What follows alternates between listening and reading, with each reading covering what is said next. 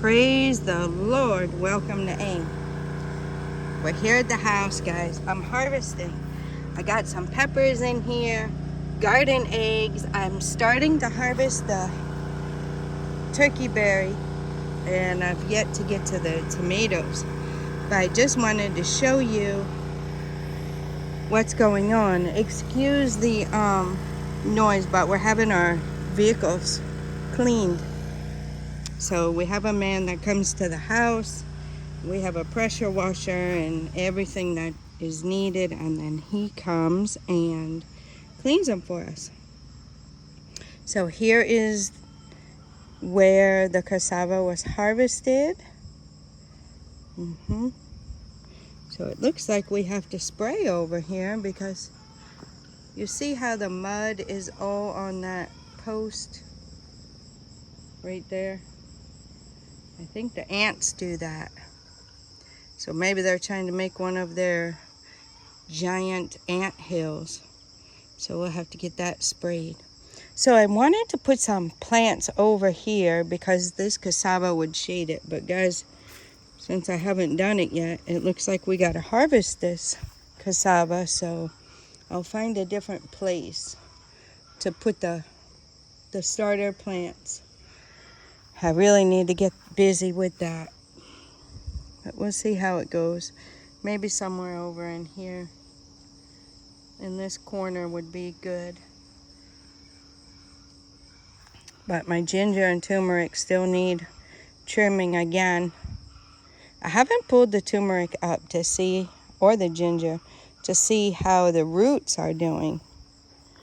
I don't know if I should be probably cutting the tops off more so the roots will grow better. But I have another turmeric starting right there. So that's a blessing. We had one over here somewhere. It's in there. It's getting big too. There it is, in amongst the tomato.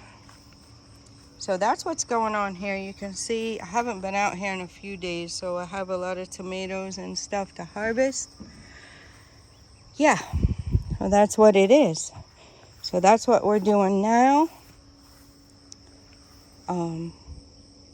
And stay tuned. My husband wanted to explain to you about a different kind of plantain that he brought from the farm.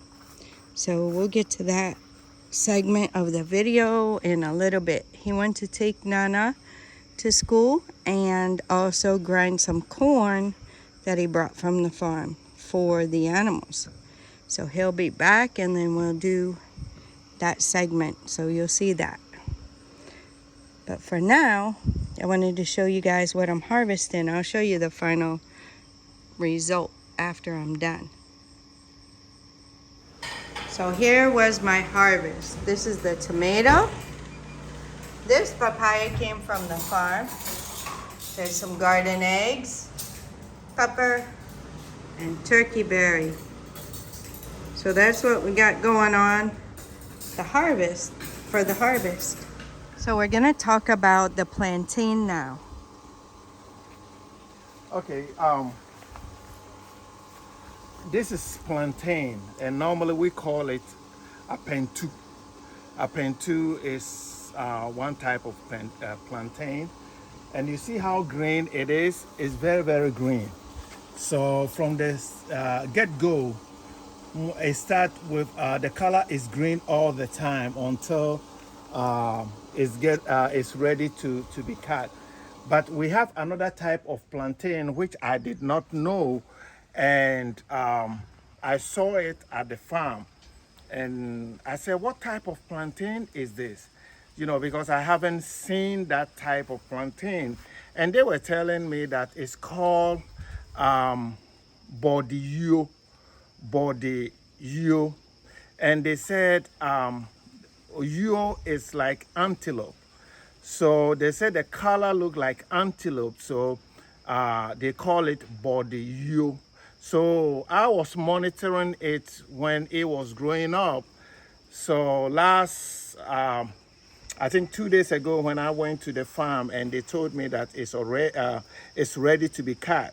So I cut it and I said, okay, let me show it to you guys to know that there's a lot of different types of plantain. So this is the type that we are talking about. You see the color of the plantain. When you see the color of the plantain, you might think that it's getting ripe, but it's not. This is how the color is. So I just want you guys to know that we have different types of plantain, and this one is called bodiyo. So I said, well, this one I'll bring it home for us to eat it and see how it tastes, because I haven't seen this type of plantain before. So I just want you guys to know about it. Thank you. Okay, and what about this banana? Are we Yes. close or we're not? I think this banana too, I haven't seen this type of banana before. It's very short. You see it's very short, and the banana, this one is very, very big. I think it's almost done. It's almost ready, but we have to wait for a little bit. I haven't seen a banana too short like this, but it is what it is. I mean, it's doing what it's supposed to do. So, hey, I'm not gonna complain about that, because at the end of the day, we have something to eat. Amen. So that is the banana, very short banana, and it seems it's pretty good. The last time we cut the other one, it was pretty good. So this one too, maybe by a week or 2 or 3, it might be ready for us to cut it. All right, and I think I will try to cut this one. You see how tall it is. Sometimes when you cut it here, it makes it grow very well. So yeah, that's how it is. Thank you. And Yeah. the plantain leaves are starting to die. Yeah, when the plantain leaves, you see that the plantain leaves is starting to die, then you know that the plantain is getting ready. You see how it's getting to die. So, and I want it to be turn red on it, like the way I like it, because we have a lot of plantain. So we will leave it until it started turning brown before we cut it down. That will be great. Yeah. Okay, so I hope you guys enjoyed the plantain lesson. So we learned there's many different kinds of plantain. Just like there's many different kinds of eggplant, which they call garden eggs, many different kinds of pepper and tomato and all that good stuff. Wanted to bring you guys over here and give you one quick look at the papaya. Look at it, guys. It's getting big. How refreshing to actually have it fruit and watch it get big. So the one that I have inside the garden, it doesn't just have one flower like this. So I think that might be the male version inside the garden too, but it's okay. It's really, really okay.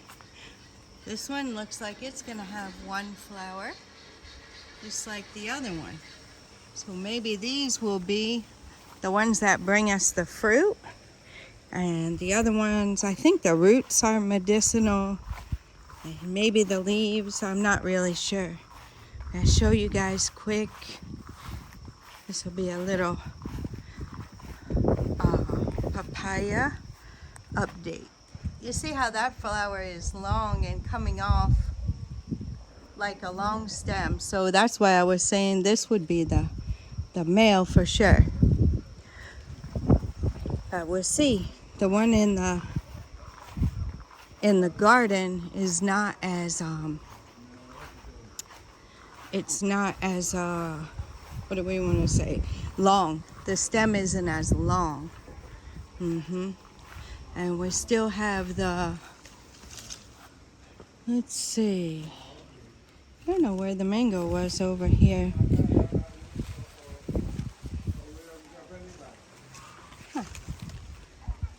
Okay, I'm not really sure where it went now, guys. Oh, there it is. There. Can you see it? Let me see if I can point to it for you guys right there at the tip of my finger. So there it is. The sun's shining through there too. All right, guys, I hope you enjoyed. It's really almost 2 o'clock. So I'll be coming down here to freshen up the water. It's pretty hot. Pretty hot down there. Everybody's hiding. I don't blame them. It's even too hot for a swim for the geese. So they're all hiding right now. All right, guys, I'm going to let you go at that. I hope you enjoyed today's video and a little bit of lesson and showing you what we harvested in the garden. All of these videos are to show you guys what our life is like in Ghana. So today I spent a good amount of time processing the foods. I went ahead and harvested stuff and then processed stuff that we already had. We still had a lot of plantain. The last time my husband brought the plantain from the farm, it didn't really sell. So, I mean, we sold some, but I think it was late. We didn't get to sit outside and sell it that day. The next day we were busy. We had a lot going on, so we did not get to sell it. So what we're doing with it, we had somebody come and wash the vehicles today. What we're doing with it now is we're just letting it get ripe. Okay, so it's almost done. So really, I should have brought the rest of this in. I asked Frida to come and get it. Yeah, so I should bring the rest of this in. And yeah, I'm cutting it up and putting it in the freezer. So that's what we got going on there. All right, guys, I think I'm gonna let you go at that. Like I said, I hope you enjoyed the video. These videos that I'm bringing you are all about our life here in Ghana, living in Ghana, getting out of the rat race, and making a decision to change our lifestyle. I'm not saying you have to move to another continent to do that. For us, it made perfect sense. And yeah, we're really enjoying it. With the resources we had and how things were in the States, we could not have done what we have been able to do here. So what we have done here is build our house, completely paid for. We have 4 plots of land here. We have also purchased a 50-acre farm. Half of it is cultivated, and we're working on building our businesses. We're working on helping others relocate. The thing that I see, and I've heard some sad stories, experienced it with some of our clients who have really experienced I guess what you would call rip-off, people taking advantage. And we've heard some sad stories, and that's not what we want your portion to be. We're serving with integrity, honesty, not trying to cheat you. We're just serving and helping you with all things. The advantage we have over those who come from the diaspora to help others move from the diaspora. The advantage we have is my husband is Ghanaian. We've been in the U.S. He has been there for 30 years before we moved back here. And he understands the culture in the U.S., but he also understands how things work here. There are rules. There are rules here in Ghana. There are laws.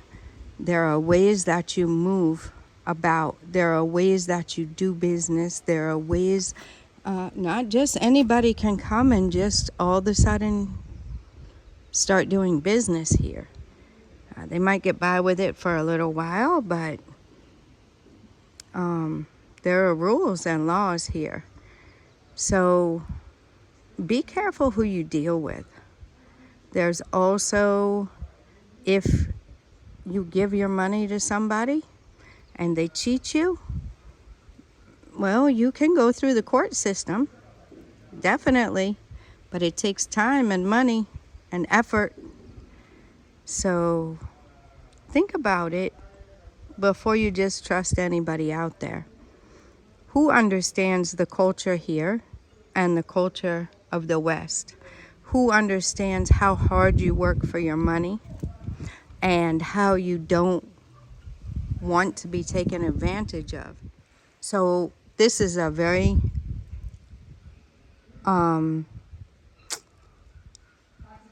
good opportunity for you to do well and thrive here in Ghana. But there are certain ways you have to do things. If money is of no object, you can come here and just live like you're on a vacation and spend your money anyhow. But if you're on a budget like we were, sometimes you might need to keep working while you're building. That's exactly what we did. Now, there is something to be said about somebody helping you watch over your build, watch over the things that are going on, your systems that are being put together. We have learned a lot about how the systems work, the plumbing works, the electricity, the water. We've learned how those systems work, and some of our learning has been the hard way. So now we can help you go further faster. We don't want the same things to happen to you that happened to us. It's unfortunate that we did not have an experienced, trusted person that could manage all of this. The one we had was our children here, and the thing that they knew is what the workers were telling them. So that's why it was a little bit difficult. You see us having to redo some of the things here. But in doing that, we're learning all that we can learn about the systems being put in place, so that if you need help, if you're building and you need help and you want to know, hey, how is this or how is that? We're here to help you. We're here. We can consult with you. We can let you know some questions you might not even know what to ask. You might just come out and say, hey, I'm about to have my borehole drilled. Are there certain things I need to look out for? Are there certain things, certain tips you can advise me on? So we're here for that. We're here to help you with that. We want you to succeed here in Ghana. We don't want you to be one of those who had to go back. So we're here. We understand how things work in both places. We understand the level of quality and workmanship that we have come to take for granted other places. Now, that stuff is available here, but if you're not watching over it, you probably won't get it. So you have to really have somebody who can manage it for you. And that's what I really want to say. The advantage that we have over others is we're not just from Ghana doing things our way, not understanding the West, and we're not just from the West coming here trying to maneuver and move around. We have both cultures and thoughts and ideas, and we understand it from both sides. And we also understand how things work here. And you won't know until you know. You won't know until you know. And when you know, it will probably be too late to avoid any headaches. So, guys, sometimes it's helpful, especially in a whole nother continent, to, get help. To get help with your plans and what you're doing, how you're moving, your paperwork, your documentation, your purchasing of lands, your renting places. There are things that you won't know until you know. And when you know, it will be too late. So let us help you. I guess I'll have to do a separate video. Sit down with my husband and we'll talk to you about the business a little bit and about our help, what we can do to help you. Guys, I just want you to be careful. It's the same as in the US. People will take your money. We have had, at a church we were at, we had work done there.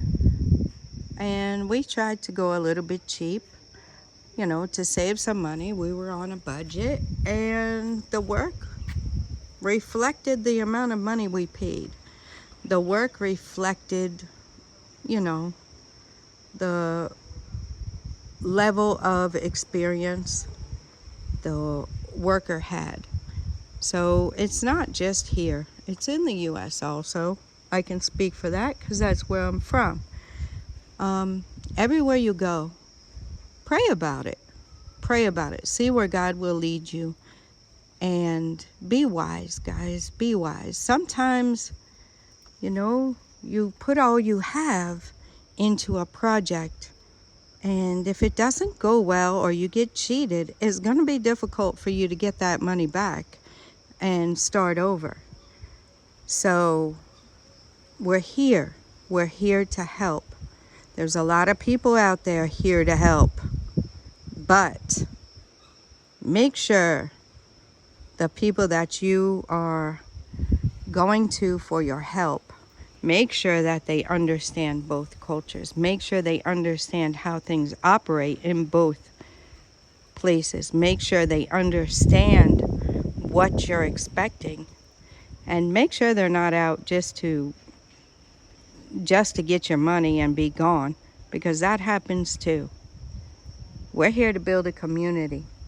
We're here to build a group of us like-minded that can come here.